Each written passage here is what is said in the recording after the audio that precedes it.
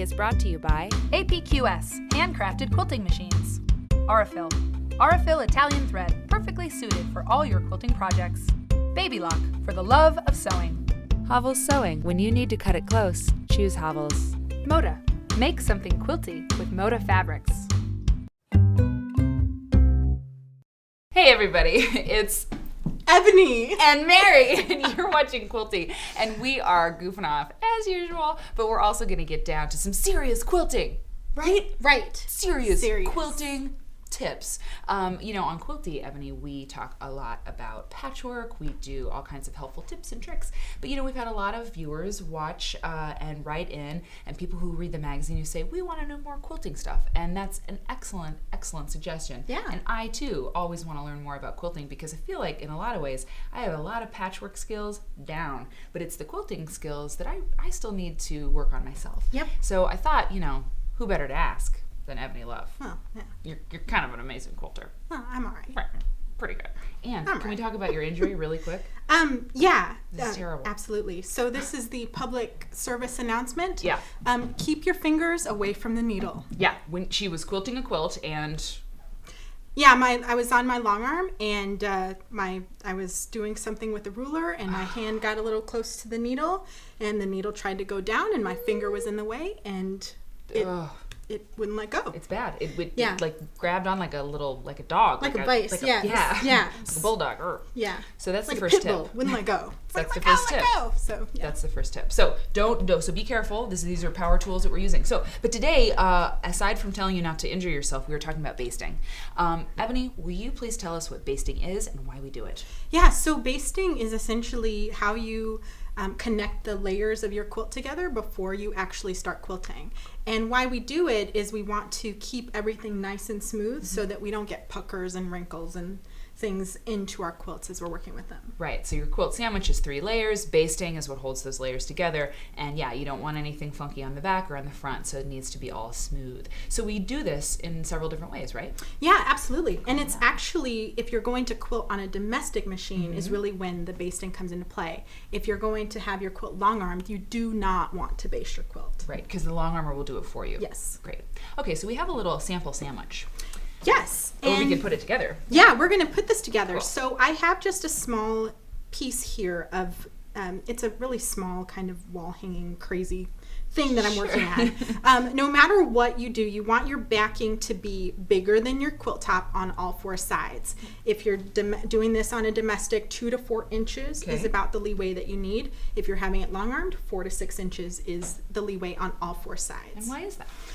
That's because when we load quilts on a long arm, we have to actually clamp the sides of the backing to the frame, and we need room to maneuver the machine around so that we can quilt right up to the edge of your quilt top without running into the clamps. Awesome. I also use the extra for tension testing because when you're on a long arm, you have to do a lot of tension testing as you go. So, but on a domestic, you don't need as much room. Cool. So when I'm working with something with the backing this small, one thing that you want to do is make sure that your backing is completely flat and spread out. Now, I use several tools to get the backing flat. So with something small like this, I might use a piece of masking tape and just tape it along the outside. And we would not have our cutting mat here. Yeah, well, So well, you might. If You wanna, might, yeah. If you want to protect your work surface. And I just flipped that around because I wanted to talk a little bit about these binder clips. So if I was basting in a small space, so we're kind of in a small space, and I had a large top, I would use these binder clips to sort of clamp the backing to the table so that I can get it nice and smooth and straight. And it's actually nice to have the cutting mat here because it protects your work surface if you're using the pins. Safety pins, Yeah, yes, okay, yes. which we're about to get to. Cool. Yeah. So then comes the filling, right? Yes. The peanut butter. So next you have the batting. Now, if I were working with a really large quilt top, what I would want to actually do is mark the centers of my backing and mark the centers of my batting and make sure that it's centered. But because of the size of this is small enough for me to just kind of work work with this with my hands. And this would be a great project if you've never quilted much before. Definitely start small. Do something little like this so you can practice all this stuff. Yeah, absolutely. Now, one other tip that I have. So we talked a little, just briefly about using basting pins. So there's a couple of ways that you can actually baste. One way is with these curved safety pins, and we'll get a I'm sure we'll get a shot of that. Sure. So there's these curved safety pins that you can use.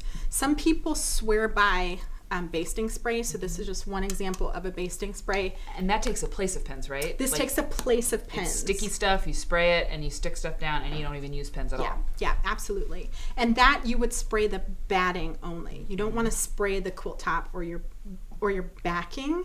You want to spray only the batting.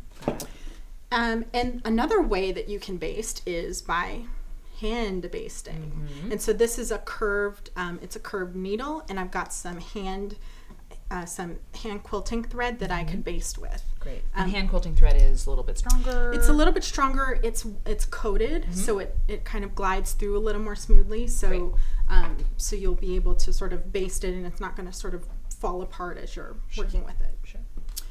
So the last thing to go on is your quilt top, and so again, if this were bigger, I would mark the centers of each side so that I can align it and center it in my batting and backing. And I want to make sure that this is smooth and it's flat.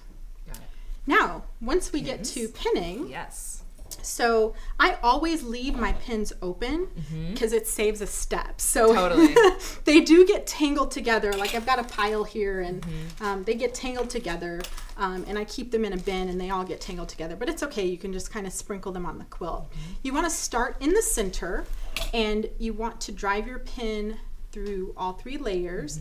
And the nice thing about the curve is that it kind of rocks through. Yeah, it kind of rocks through and it pops back up. Now what I like to do is actually pin a lot and then close the pins. That's great. That's such a great tip. Faster. I don't do that until now. That's so smart, of course. So you'll pin sort of one row. I'm keeping these pins about 3 to 4 inches apart. Okay. I've also heard like fist, like you put your fist down and sort of. Yeah, I've got giant hands, so that doesn't work for me. Depending on your hands. If you have a very small, tiny little like paw that, if you get a little rabbit's foot. Oh, wait, I can. Here, I've got like 3 fingers. Now you do because of your injury. Right. It's so sad. It's kind of sad. So, all right, so then you go along and then go along. Of course you connect them. And then I actually stagger the pins. So my next row, the next row would be sort of in between on the side. So you just kind of stagger it that way, and that's how you fill the space.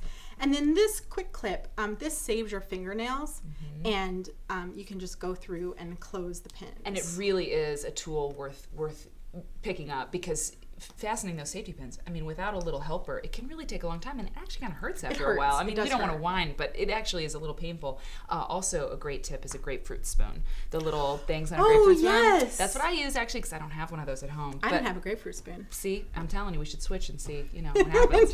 But that's basting. But certainly don't sew over your safety pins. No, don't sew over your pins. Never do that. Not sew over your pins. Don't sew over your fingers, and we'll all be okay. And we'll all be okay, and you'll be quilting your quilt. So thanks, Ebony. It's always a joy to have you on the show. Mary. Isn't she good? She's so good. Oh, okay. We'll see you next time on Quilty, and visit lovebugstudios.com for more on Ebony. Ooh, plug. Yeah. Quilty is brought to you by APQS, handcrafted quilting machines. Aurifil Italian thread, perfectly suited for all your quilting projects. Baby Lock, for the love of sewing. Havel's Sewing. When you need to cut it close, choose Havel's. Moda, make something quilty with Moda fabrics.